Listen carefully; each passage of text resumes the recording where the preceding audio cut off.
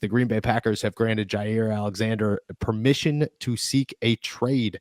The Pittsburgh Steelers obviously need a corner. I am very against Jaire Alexander, and I'll make that very clear from the jump here.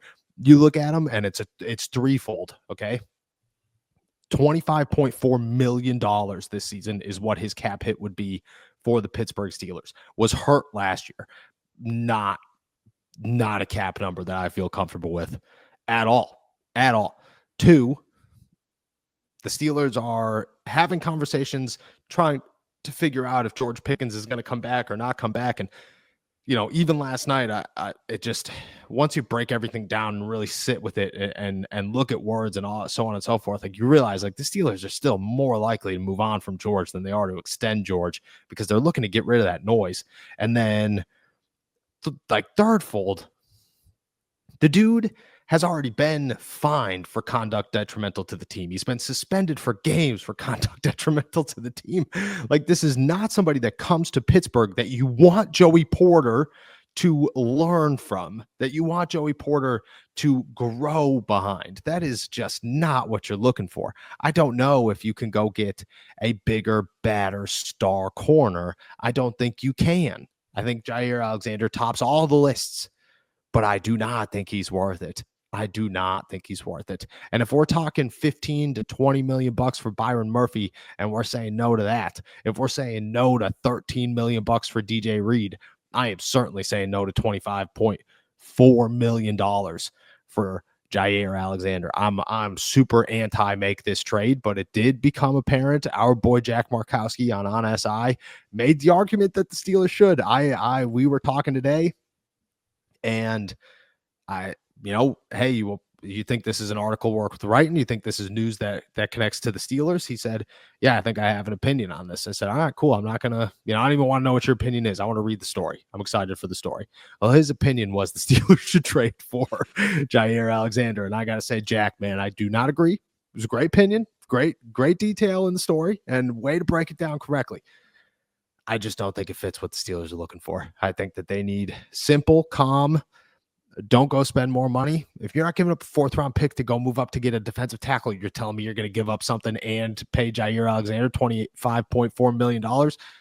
No, not happening. I'm anti, and on top of that, I've been, I think I'm more in on the second round of corners in this draft than I am most positions in the second round, maybe outside of running back. I think running back's got a great second round, great third round. But on the defensive side of the ball, like I think Ben Morrison might fall.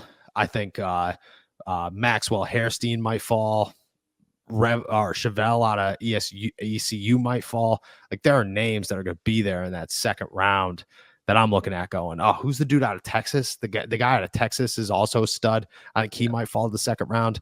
Like, I just think that the options are there where if you're going to match value and say you're going to likely give up a second, maybe a third round pick for Jaire Alexander, you could probably get a good corner and pay him $3 million compared to 25.4 and carry the baggage that he brings with him. Do you disagree? I doubt it, but do you disagree?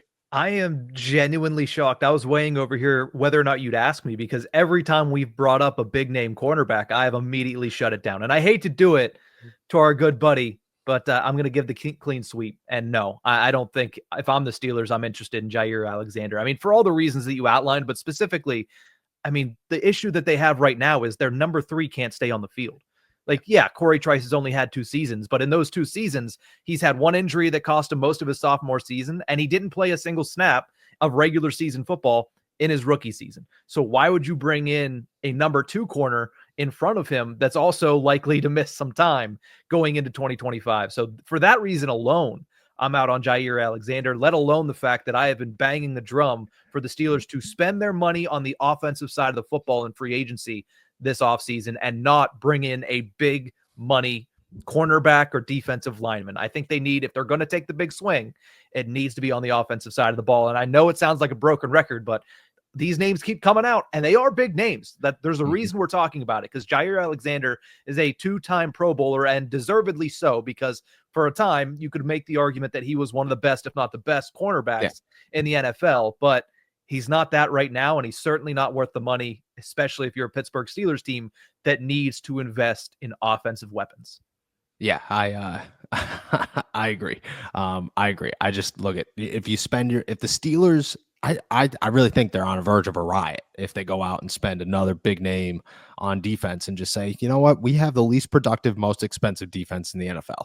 We might as well just keep bulking it up. Whatever. Who cares? At that point, trade the 4th round pick, go get Walter Nolan or Kenneth Graham, because you're going all in and you're not going to have an offense, and that's okay. I don't think that the game plan should be all offense all the time, but I agree with you. Like, it should be strategically adding to the defense, which I think you could do better through the draft and through smaller signings to bulk up this defense and hopefully develop it for the future.